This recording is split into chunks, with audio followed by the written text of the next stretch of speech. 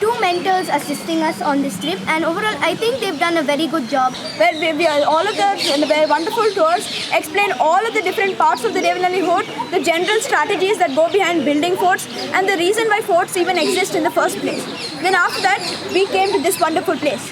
Now, what most of the students here were expecting was just, well, a boring temple tour with just maybe your average tour guide.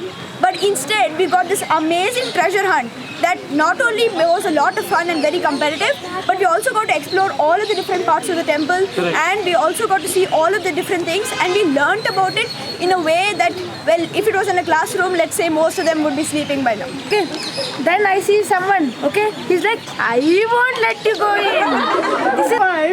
This is Team Nandi!